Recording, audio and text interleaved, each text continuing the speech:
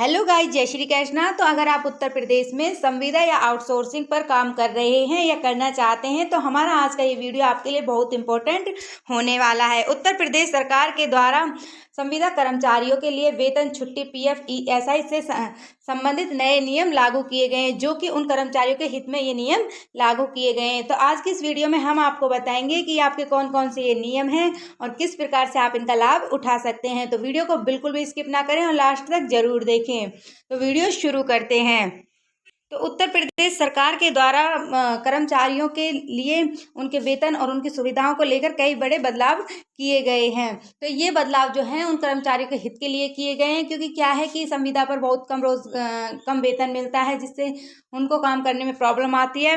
तो इस वजह से कई बड़े बदलाव किए गए हैं। तो जो आपका पहला बदलाव है वो है आपका न्यूनतम वेतन बढ़ाया जाएगा, यानी जो संविदा कर्मचारियों को जो वेतन मिल रहा है, वेतन में उनकी बढ़ोतरी की जाएगी। तो जो आपके चौकीदार, चपरासी, अनुसेवक हैं उनके लिए जो वेतन होगा लगभग 18,000 प्रति माह, और computer operator, data entry operator का वेतन 23,000 रुपये तक रहेगा। और तकनीकी तथा उच्च पदों पर जो आपका वेतन रहने वाला है 20,000 से लेकर 37,000 तक रहेगा। और भी जो अच्छे अच्छे पद हैं जिनके लिए क्वालिफिकेशन काफ़ी हाई मांगी जाती है, उनके लिए वेतन और भी अच्छा रहने वाला है। जैसे कि आप हमारी वीडियो में देखते हैं, निरंतर संविदा भर्तियों के अंदर कितना कितना वेतन मिलता है। और ये जो नौकरियां होती है 80% सरकारी होती है। इन फ्यूचर आपको परमानेंट होने का भी मौका मिलता है। तो अगर आप इन भर्तियों के इच्छुक हैं, अगर आप इसके अंदर कार्य नहीं भी कर रहे हैं और करना चाहते हैं, तो आप निरंतर हमारे चैनल से जुड़े रहें, जिससे कि आपको इन भर्तियों से संबंधित अपडेट मिलती रहे। तो आगे है आपका समय पर वेतन देना अनिवार्य। ठेकेदार एजेंसी के द्वारा वेतन जो है कर्मचारियों को समय पर नहीं दिया जाता है। तो अब ठेकेदार एजेंसी वेतन रोकने पर सख्ती की जाएगी। अगर वो वेतन को रोकते हैं तो सख्ती की जाएगी। सरकार ने कहा है कर्मचारियों का पैसा सीधे बैंक खाते में भेजा जाएगा, ताकि कटौती और देरी कम हो। क्या होता है, ठेकेदार जो होता है वो बीच में पैसा खा जाते हैं और वेतन को लेट देते हैं। तो अब क्या होगा, डायरेक्ट आपके खाते में वेतन आएगा। और ठेकेदार एजेंसी अगर उसके वेतन को रोकती है तो उन पर सख्ती की जाएगी। और आपका है पीएफ और ईएसआई की सुविधा। और नए नियमों के अनुसार क्या होगा, ईपीएफ प्रोविडेंट फंड और ईएसआई बीमा सुविधा की ज़्यादा सख्ती से लागू करने की बात की गई है। कई विभागों में अनिवार्य किया गया है। कई विभागों के अंदर क्या है, आपको ईपीएफ तथा ईएसआई की सुविधा देखने को मिलेगी। तो और क्या है आपका साप्ताहिक अवकाश, यानी क्या होता है कि लगातार आपसे 7 दिन काम लिया जाता है। तो क्या ठेकेदारों के द्वारा तो क्या किया जाएगा, साप्ताहिक अवकाश रहेगा। यानी जैसे ही कोई छुट्टी पड़ती है, आपकी स्टेट की कोई छुट्टी होती है, या आपका जो संडे पड़ता है, सेकंड सैटरडे वगैरह, इनकी आपको छुट्टी दी जाएगी। तो और काम के जो घंटे हैं वो आपके नियमित रखे जाएंगे, यानी आपसे ज़्यादा काम नहीं किया जाएगा, ओवर टाइम नहीं करवाया जाएगा, और आपसे बहुत ही लिमिटेड और तरीके से सुविधा अनुसार काम लिया जाएगा।